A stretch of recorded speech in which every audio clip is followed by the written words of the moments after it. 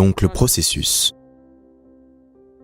de ce que vous appelez spirituel n'est pas un processus psychologique. Votre mémoire n'a rien à voir avec ça. C'est un processus de vie. C'est un processus existentiel.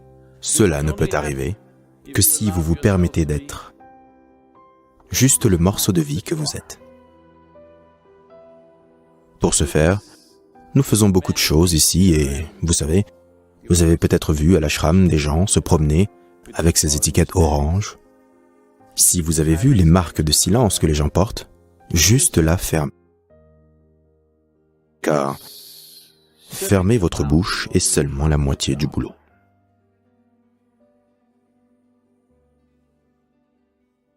Se taire is possible only when you do not think much of yourself. Est possible seulement quand vous ne pensez pas grand-chose de vous-même. Si vous pensez quelque chose à votre sujet, si vous pensez « je suis intelligent », comment pouvez-vous vous taire? Dites-le moi. Si vous pensez « je suis intelligent », comment pouvez-vous vous taire?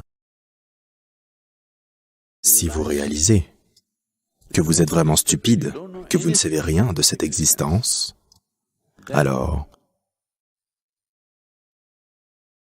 n'est-ce pas? Ensuite, vous pouvez simplement regarder la vie avec un grand sens d'émerveillement, sans une pensée apparaissant dans votre esprit. Si vous pensez que vous êtes intelligent à propos de tout, vous avez des explications et des calculs et des bêtises dans votre tête. Si vous voyez une chose, 1000 pensées vont surgir, n'est-ce pas? Vous n'êtes pas assis ici dans ce satsang totalement silencieux. Vous êtes d'accord avec moi, en désaccord avec moi, faisant des commentaires en vous-même, faisant des commentaires sur les vêtements que quelqu'un porte à côté de vous, les appréciant, les critiquant. Tout se passe. Ai-je tort? Parce que le moment où vous imaginez qu'il y a une valeur à ce que vous pensez, alors vous ne pouvez pas l'arrêter. Pas moyen de l'arrêter. Ça va continuer encore et encore et encore. Quand vous voyez qu'il n'y a absolument aucune valeur de vie dans votre processus de pensée, que c'est juste de la mémoire qui se recycle. En fait, c'est les mêmes bêtises qui se recyclent. Mais si vous êtes excité, si vous êtes épris par ce recyclage, si vous pensez que c'est génial, vous ne pouvez pas l'arrêter. Si vous envoyez les schémas, si vous envoyez la stupidité, alors lentement, vous vous éloignerez et ça va s'effondrer. Car sans attention, ça ne peut pas continuer.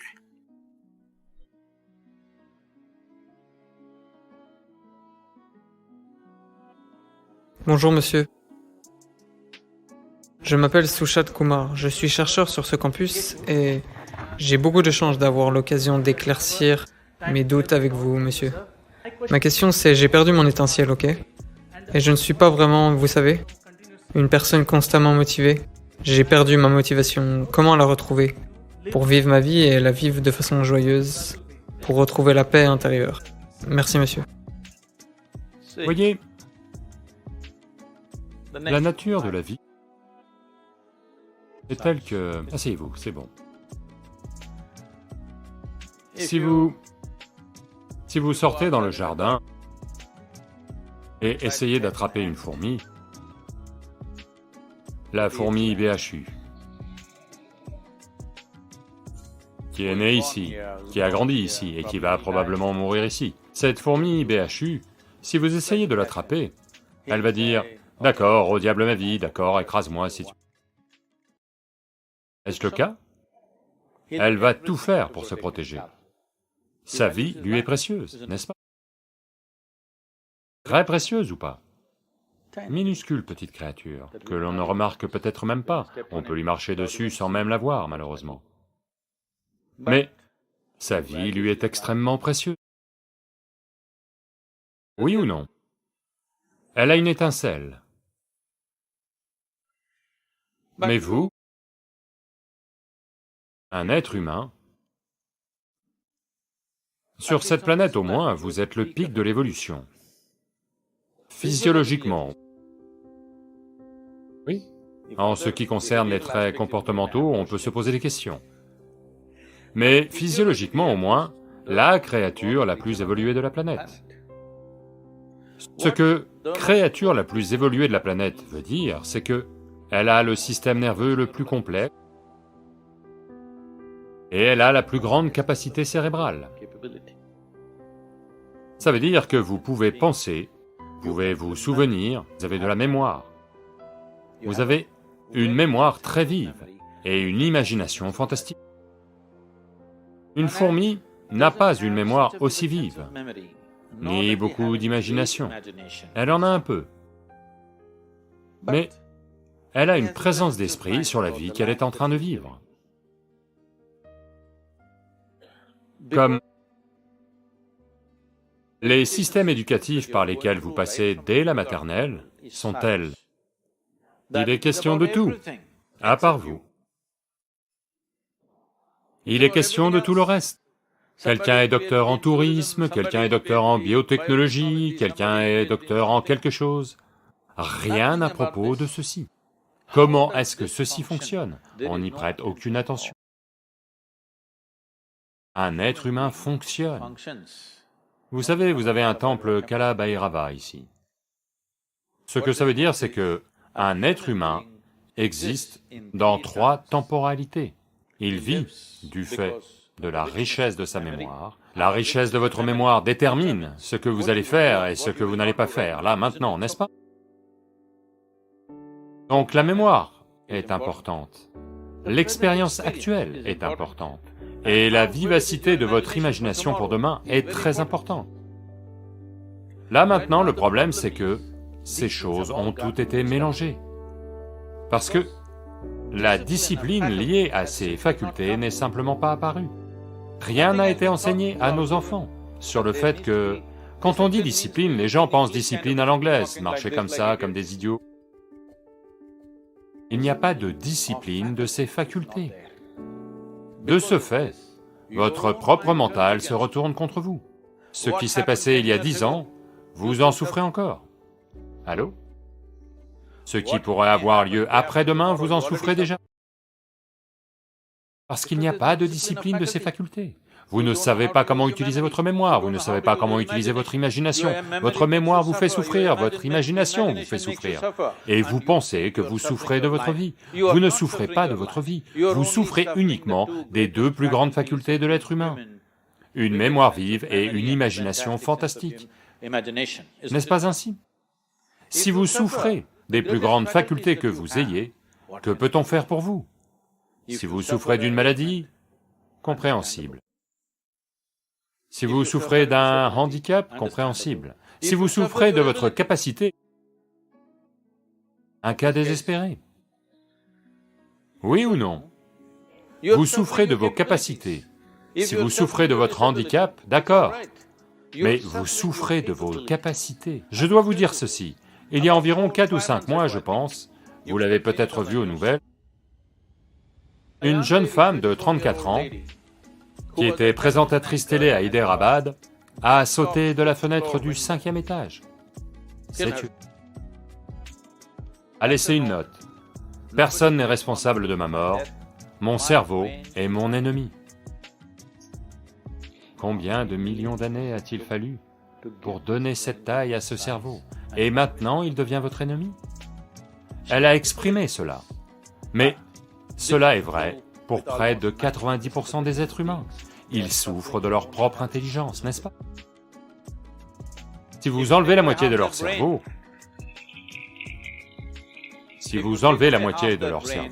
ils seront paisibles.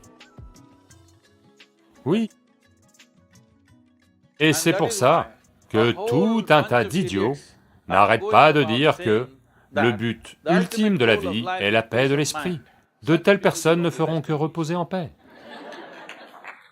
Maintenant vous, jeune homme, vie universitaire, s'il n'y a pas quelqu'un pour vous stimuler en permanence, ça pourrait devenir trop facile, vous savez. Même moi, je m'en souviens, quand j'étais à l'université, la plupart du temps, on était à la cantine ou dans le jardin.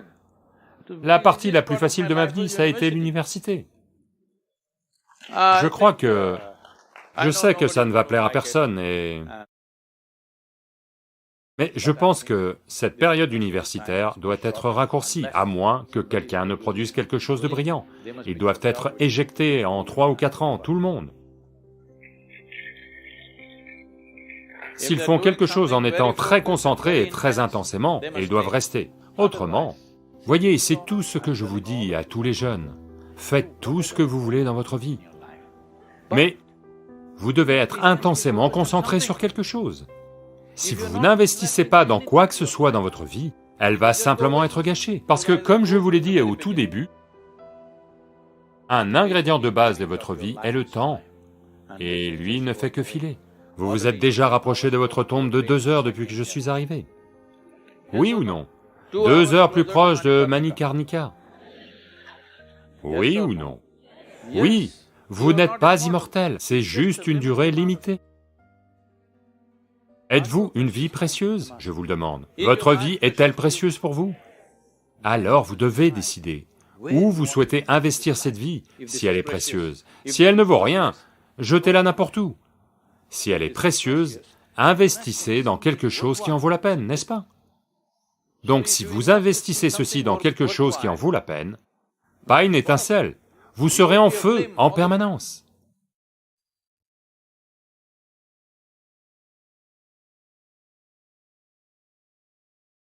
Ne vous inquiétez pas pour votre travail, vous l'abandonnez. Que voulez-vous? Vous voulez un toit? Je vous le donne. Vous voulez de la nourriture tous les jours? Je vous la donne. Tout ce que vous avez à faire est rester juste assis à un endroit et soyez extatique. Je vais vous nourrir pour le reste de votre vie. Pouvez-vous le faire? Non. Vous voulez faire l'imbécile chaque jour. Les gens disent qu'ils ne travaillent que pour gagner leur vie. Je dis, ne vous inquiétez pas. Je vous donnerai un abri, je vous donnerai de la nourriture tous les jours. Aucun problème. Tout ce que vous avez à faire, c'est « je veux voir des larmes de félicité chaque jour ». C'est la seule exigence. Vous n'avez aucun travail à faire. Vous n'avez pas à me servir. Vous n'avez rien à produire. Rien. Juste être assis ici en état de félicité. Nous allons vous nourrir, nous allons vous vénérer. Non. Donc le problème n'est pas dans votre travail. Le problème n'est pas dans votre vie. Le problème n'est pas dans le monde où vous vivez. Le problème est juste que vous n'avez pas fait les choses nécessaires pour que celui-ci traverse ceci sans effort, magnifiquement. Le travail nécessaire n'a pas été fait. Et on espère simplement que ça se produira par accident. Ça n'arrive pas par accident. Beaucoup de gens dans le monde pensent que les États-Unis d'Amérique sont le paradis. Mais les gens qui vivent là ne le pensent pas du tout. N'est-ce pas? Oui ou non? Beaucoup de gens dans le monde meurent d'envie d'entrer dans le pays. Vous ouvrez les frontières du Sud, 10 millions de gens entreront demain matin, parce qu'elles pensent que c'est le paradis. Mais vous ne le ressentez pas de cette façon. N'est-ce pas? Vous n'éprouvez pas cela comme un paradis. Parce que l'enfer et le paradis ne sont pas un lieu géographique. L'enfer et le paradis, ce sont ce que vous faites de vous-même, n'est-ce pas? Trop de discussions sur le paradis ont lieu, parce qu'il y a trop de gens qui ont fait un enfer d'eux-mêmes. Si vous aviez fait de vous-même un paradis, parleriez-vous d'aller au paradis? Si vous êtes assis ici et que vous vous sentez extatique là maintenant, aspireriez-vous à aller au paradis? Je vous le demande. Ceci est arrivé au début du XXe siècle. Une église grecque orthodoxe, un évêque de cette église, vous savez, orthodoxe. Les Grecs ont leur propre église séparée, ils ont leur propre pape qui vit en Turquie, vous savez ça? Donc, un évêque de cet ordre a tellement entendu parler du mysticisme indien, et il veut aller en Inde.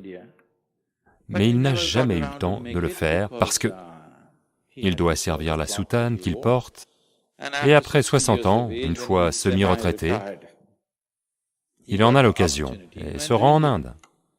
Donc il arrive en Inde du Sud, près de chez nous, et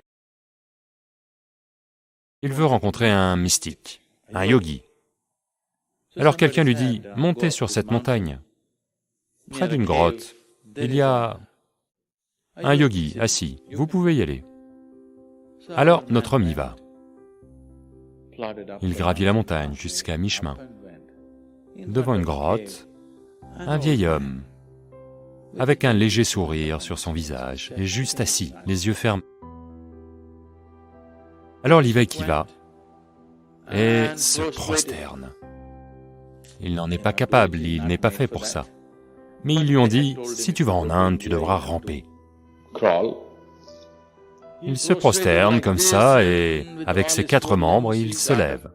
Le yogi le regarde avec amusement. De toute évidence, il ne s'est jamais prosterné nulle part auparavant. Et il sourit. Alors l'évêque dit, « Je suis comme ça, je suis un évêque. J'ai servi dans l'église pendant si longtemps. Mais j'ai quelques questions, pouvez-vous répondre ?» Le yogi sourit et dit, « Oui, je vous en prie, quelle que soit la question. » Puis l'évêque demande, « Qu'est-ce que la vie ?» À 60 ans. Qu'est-ce que la vie? Alors le yogi ferme les yeux, entre dans un état de grande félicité et dit, « La vie est comme le parfum d'un jasmin sur la brise printanière. » Et des larmes de félicité coulent de ses yeux en disant cela. Alors l'évêque dit, « Non, non, non, non. Notre pape nous a dit, la vie est comme une épine, et vous devez y renoncer. Et même symboliquement, Jésus lui-même portait une couronne d'épines. Alors, comment pouvez-vous dire ça? Notre pape dit autre chose. » Le yogi le regarde, sourit et dit, « Eh bien, c'est sa vie.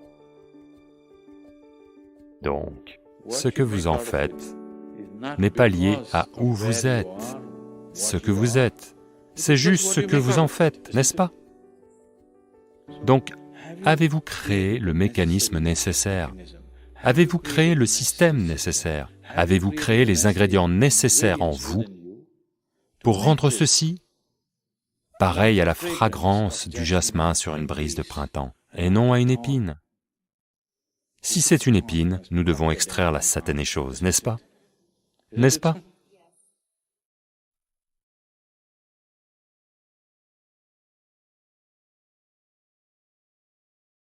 L'opinion que vous vous faites de moi n'a absolument aucun impact sur moi, parce que je suis complètement stone. Je n'ai accordé ce privilège à personne, de pouvoir me rendre heureux, de pouvoir me rendre malheureux. À tout moment, on peut être en train de faire quelque chose de mal, alors on écoute tout le monde. Mais ce qu'ils disent ne va pas déterminer comment je suis. Donc Sadhguru, il y a quelque temps, je me suis retrouvé dans une situation où une de mes amies était bourrée. Et pendant qu'elle était ivre, elle répétait tout le temps « S'il te plaît, ne me juge pas parce que je bois. S'il te plaît, ne me juge pas. »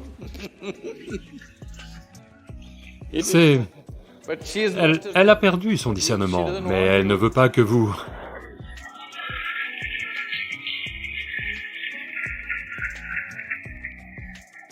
Donc ma question c'est, que ce soit à propos d'alcool ou pas, dans la vie, pourquoi a-t-on si peur d'être jugé par les autres et comment ne pas laisser cela entraver notre bonheur?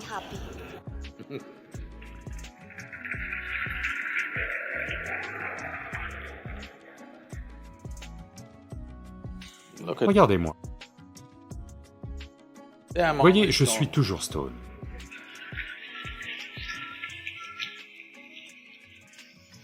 Jamais touché de substance, mais toujours stone. Vous pouvez penser ce que vous voulez de moi.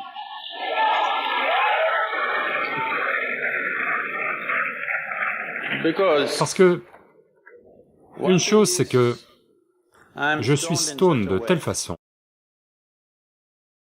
que ma lucidité n'est absolument pas affectée.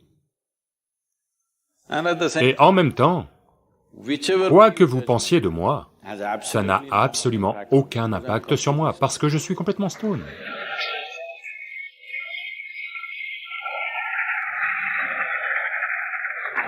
Cela dit, la raison pour laquelle la consommation d'alcool et de drogue augmente comme elle augmente dans le monde, c'est parce que les paradis s'effondrent. Oui, j'étais à Bangalore il y a juste 3 ou 4 semaines. Il y avait plus de 8000 personnes qui faisaient un programme de 2 jours avec moi. Et juste comme ça, j'ai demandé, combien d'entre vous pensent que vous allez aller au paradis? Seules 5 mains se sont levées. Puis je demandais, êtes-vous tous les gens voués aux enfers? Non. C'est juste qu'à la fois le paradis et l'enfer se sont effondrés dans la tête des gens. C'est la première fois dans l'histoire de l'humanité que tant de gens dans le monde peuvent penser par eux-mêmes. Autrement, votre prêtre, votre mollah, votre bouddhiste ou un livre pensait pour vous. C'est la première fois que tant de gens peuvent penser par eux-mêmes. Pensent-ils bien? Pensent-ils mal? Cela pose beaucoup de problèmes. Ils pensent bien, ils pensent mal, mais ils pensent. Donc, toutes les choses illogiques s'effondrent naturellement. Cette génération ne s'en est pas encore complètement détachée, il y a encore de la peur. Ils ne peuvent pas ouvertement dire « le paradis et l'enfer n'existent pas ». Ils en ont toujours peur, mais ils essaient de se créer un petit paradis pour eux-mêmes ici. Donc, attendez. Donc naturellement, s'ils ne sont pas capables de le faire eux-mêmes, de par leur propre intelligence, ils vont se rabattre sur les produits chimiques. Aujourd'hui, pour prendre l'exemple des sociétés très riches, parce que toutes les sociétés aspirent à être comme ça, disons, vous prenez les États-Unis, qui sont la nation la plus riche de la planète en ce moment. 70% de la population américaine prend des médicaments sur ordonnance. Les 30% restants, bien sûr, les achètent dans les ruelles.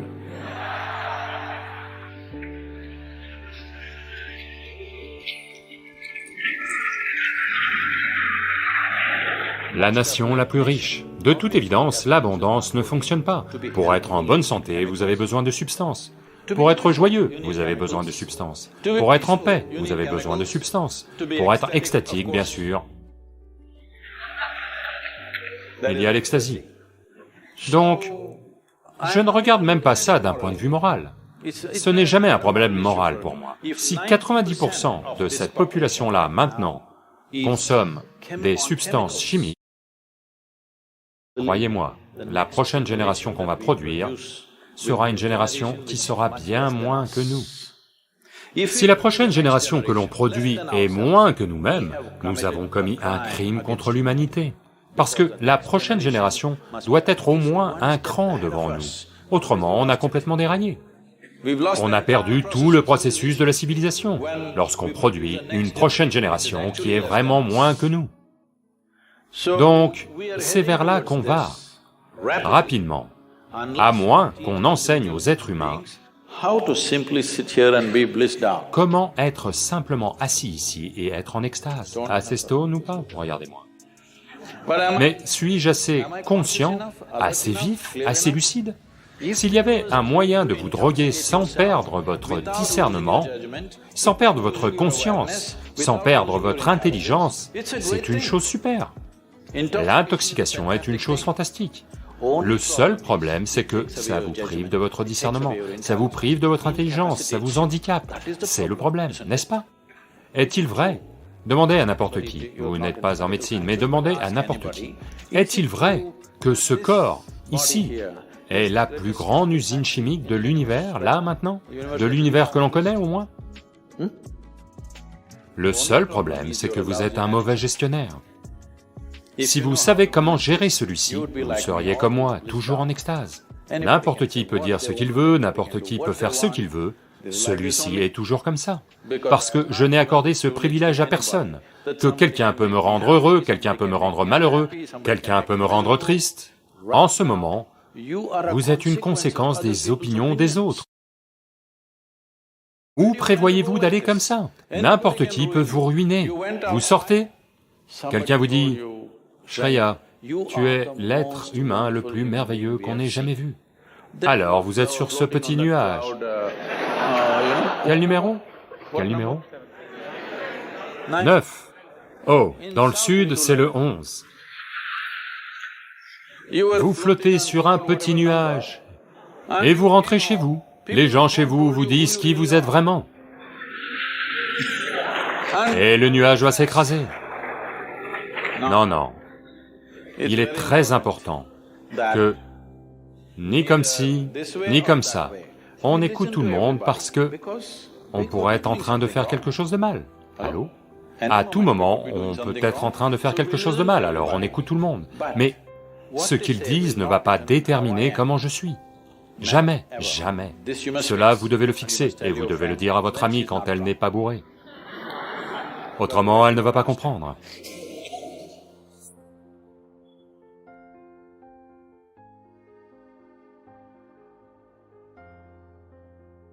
La plupart des gens ne peuvent pas gérer la liberté. Ils essayent toujours de se lier, mais ils ont le mot liberté à la bouche en permanence, parce que la liberté requiert du courage. La liberté requiert une certaine folie.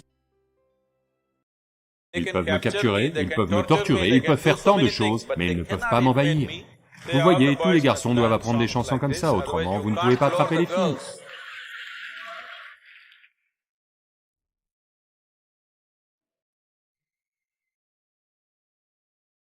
Bien qu'on soit entouré par tant de gens, on est toujours en manque de ce sentiment d'appartenir à quelqu'un, d'être accepté par quelqu'un, d'être aimé par quelqu'un. Comment pouvons-nous gérer ce malaise et cette solitude? D'un côté, beaucoup de questions tournent autour de « Comment puis-je être libre de ceci et de cela ?» D'un autre côté, vous demandez « Comment puis-je me lier à quelque chose ou quelqu'un ?» Vous devez décider. Qu'est-ce qui a la plus grande valeur dans votre vie, la liberté ou la servitude? S'il vous plaît, j'aimerais entendre ce mot. La liberté. Mais, si vous êtes libre, vous vous sentez perdu. Si vous allez dans les montagnes, et vous êtes totalement libre, c'est-à-dire personne aux alentours, rien aux alentours, vous êtes juste dans l'espace vide des montagnes. Vous ne vous sentez pas libre, vous pensez que vous êtes perdu. Donc gérer la liberté, cela requiert une certaine clarté et une certaine force. La plupart des gens ne peuvent pas gérer la liberté. Ils essaient toujours de se lier, mais ils ont le mot liberté à la bouche en permanence. Si vous les libérez pour de bon, ils vont énormément souffrir. Donc c'est un problème lié à l'évolution, au sens où les êtres humains sont en ce moment comme ceci, un oiseau en cage. Si vous gardez un oiseau en cage pendant longtemps, et qu'ensuite un jour vous retirez la porte de la cage, malgré cela, l'oiseau ne va pas s'envoler. De l'intérieur, il va se plaindre qu'il n'est pas libre, mais il ne va pas s'envoler. La condition humaine est exactement comme ça. Pour toutes les autres créatures, la nature a tracé deux lignes, entre lesquelles elles doivent vivre et mourir, et c'est ce qu'elles font. Mais seulement pour les êtres humains, il n'y a qu'une limite basse, il n'y a pas de limite haute. Et c'est ce dont ils souffrent. Si leur vie était fixée aussi comme celle de toute autre créature, ils ne seraient pas stressés, ils ne seraient pas anxieux, ils ne lutteraient pas pour gérer leur propre intelligence. Et c'est ce que vous cherchez sans le savoir. Vous pouvez le chercher sous forme de relation, vous pouvez le chercher sous forme de métier, vous pouvez le chercher sous forme de nationalité, origine ethnique, communauté, Dieu, paradis et enfer. Tout ce que vous essayez de faire, c'est de tracer une ligne artificielle qui n'existe pas. Parce que la liberté requiert du courage. La liberté requiert une certaine folie. Si vous êtes très sain d'esprit, vous ne pouvez pas être libre parce que vous naviguerez entre les deux lignes de la logique. Être libre, cela demande beaucoup de force. Avant tout, ce qui doit se passer si vous voulez être libre, c'est... Comprenez-vous que toute expérience humaine a une base chimique. Alors, ce que vous appelez joie est une sorte de chimie, la tristesse une autre sorte de chimie, le stress une autre sorte de chimie, l'anxiété une autre sorte de chimie, l'angoisse une sorte de chimie, l'extase une autre sorte de chimie. Au moins l'extase, vous savez que c'est un autre genre de chimie. J'entends. Donc, votre expérience de la vie a une base chimique. C'est la façon la plus superficielle de voir ça. Il y a d'autres dimensions, mais pour votre compréhension. Ou, en d'autres termes, ce que vous appelez moi, pour le moment, vous êtes une soupe chimique. La seule question est, êtes-vous une super soupe ou une mauvaise soupe? Oui ou non? Là maintenant, si vous avez une chimie de bonheur absolue, si vous fermez les yeux, c'est fantastique. Si vous ouvrez les yeux, c'est fantastique. Si quelqu'un est là, c'est fantastique. Personne n'est là, c'est super fantastique. Oui ou non? Mais vous avez une chimie épouvantable. Si vous les regardez, s'ils vous sourient, c'est bien, pas fantastique. S'ils vous regardent comme ça, soudain c'est un problème. Si ces gens se comportent juste comme vous le voulez, votre chimie est raisonnablement équilibrée. S'ils font quelque chose que vous n'aimez pas, boum, ça part ailleurs. Donc, essentiellement, vous n'avez pas observé ce mécanisme-ci. Quelle est sa base? Comment il fonctionne? Comment je peux le faire fonctionner à son maximum? Là, tout de suite, disons que vous êtes dans un état de bonheur absolu, comme moi. Vous souciez-vous de qui est là, qui n'est pas là? Ils sont là, c'est fantastique. Ils sont partis. Fantastique. Parce que votre expérience de la vie n'est plus déterminée par ce que vous avez et ce que vous n'avez pas, que ce soit des gens ou des choses, ou de la nourriture, ou ceci ou cela. Ce n'est pas déterminé par ça.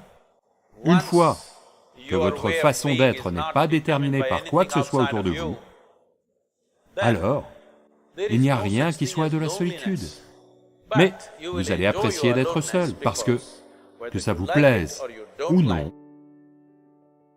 À ce jeune âge, c'est un peu difficile à comprendre, que ça vous plaise ou non. Dans ce corps, vous êtes toujours seul, n'est-ce pas? Que vous ayez des relations, ou des rapports, ou quoi que ce soit, vous êtes toujours seul dans ce corps, oui ou non? Allô? Si vous n'apprenez pas à gérer cet isolement, vous n'avez rien appris de la vie. Ceci est la plus belle chose. La plus belle chose de la vie, c'est... Personne ne peut entrer ici, c'est seulement mon espace. Oui ou non? N'est-ce pas la plus belle chose? Personne ne peut m'envahir. Ils peuvent me capturer, ils peuvent me torturer, ils peuvent faire tant de choses, mais ils ne peuvent pas m'envahir, parce que j'ai un espace qui est juste le mien. N'est-ce pas l'aspect le plus merveilleux de votre vie? Ne souffrez pas de ça, c'est la plus belle chose. Oh, mais vous voulez l'envahir de façon romantique et vous faire plaisir comme ça. Quoi? Quelles sont ces chansons connues qui se languissent de quelqu'un? Sans toi, je ne peux pas exister. Toutes les chansons sont comme ça maintenant. Chante une chanson. Je chante horriblement mal. Je chante horriblement mal. Dis-moi juste les paroles, je vais chanter.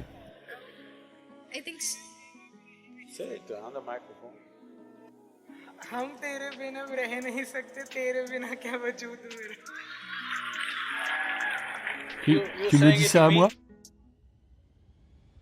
Ok, j'ai compris. Siram est un chanteur. Siram! Cette chanson, que dit-elle?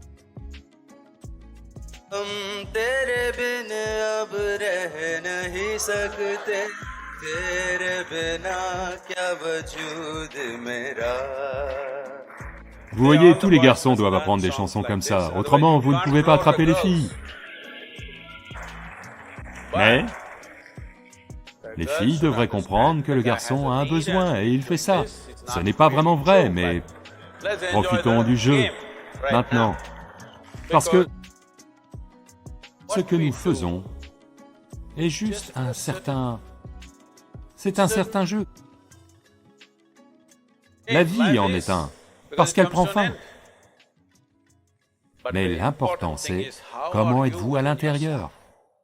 Si vous êtes ici simplement motivé par vos besoins, vous allez vivre une vie très petite. Mais si vous pouvez être assis ici, sans aucun besoin, en faisant tout ce qui est nécessaire, alors vous allez vivre une vie magnifique. C'est mon souhait et ma bénédiction. Chacun d'entre vous doit avoir une vie fantastique. Faites en sorte que ça vous arrive.